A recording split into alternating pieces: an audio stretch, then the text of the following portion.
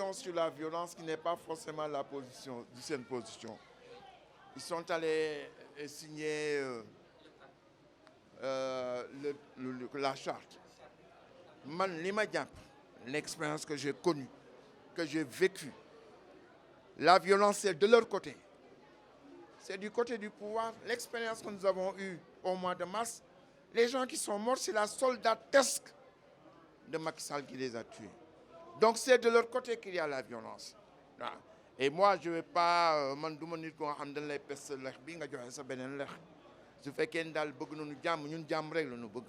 Comme nous avons la démocratie, le développement et la paix. Nous ne voulons que la paix. De telle sorte qu'aujourd'hui, si nous voulons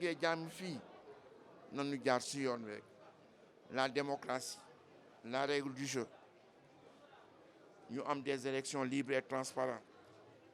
Nous avons la liste, le fichier électoral. Nous avons voté, signé.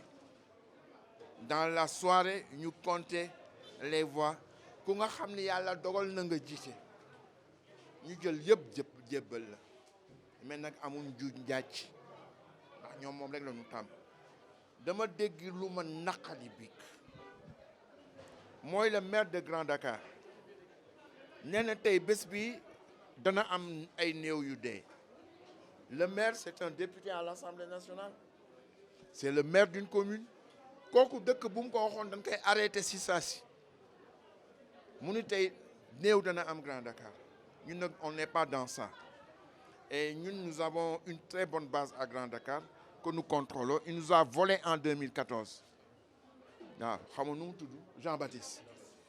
Et j'ai été voir le président de la République pour lui dire que nous sommes imbattables à Grand Dakar.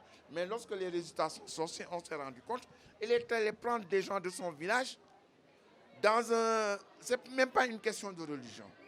Mais dans un quartier, bon, tu n'as pas 2% de catholiques. Tu as sur la liste 60% de catholiques. Madame Seti Macky Sall ni que président Macky, je suis le co-président du Conseil mondial des religions pour la paix. Quand il y a des difficultés dans d'autres pays, que ce soit au Soudan, sud du Soudan, ou l'Afrique du Sud, ou le Zimbabwe, en tant que religieux, en tant que des Américains religieux, nous sommes dans la forêt, dans la bouche, discuter avec Macky Sall. Bonne tech, c'est une arme. Quand nous avons soupçonné si nous avons en tant que premier responsable du parti de ce Sénégal, en lui disant que mes gars voulaient descendre dans la rue. Lorsqu'ils ont dit qu'on a volé les élections, je suis président de la République. C'est trop tard, parce que c'est les vieilles méthodes du PS. Jean-Baptiste, il a fait depuis 2 ans qu'on baille la prochaine élection. C'est la prochaine élection. Et on ne va pas se laisser faire. Parce que nous sommes imbattables à Grand Dakar. Si nous sachions quel monde nous fait, nous savons que le premier daïra qui a créé, c'est Ndigalou Seigne Babacar. Grand Dakar l'a créé. C'était essentiellement daïra d'aveugles, à Silmaha. Silmaha, il y a un jour. Il y a un quartier. De sorte que les gens qui ont les yeux,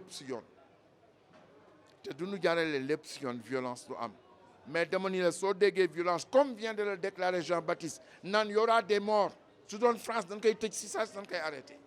Et j'avais dit au ministre de l'Intérieur, parce que j'ai fait une intervention à l'Assemblée nationale, il n'y a pas de règle de jeu dans ce pays-là. Jean-Baptiste là, parce qu'il est député comme moi, def na lu nga xam ni en 2014 tey ren su ko defee jàmm du am si réew. Le ministre de l'Intérieur dit que tu en es le principal responsable. Prends le fichier électoral de 2014. Il y a une anomalie. Anomalie, mais les bêtes, nous, on est préparé.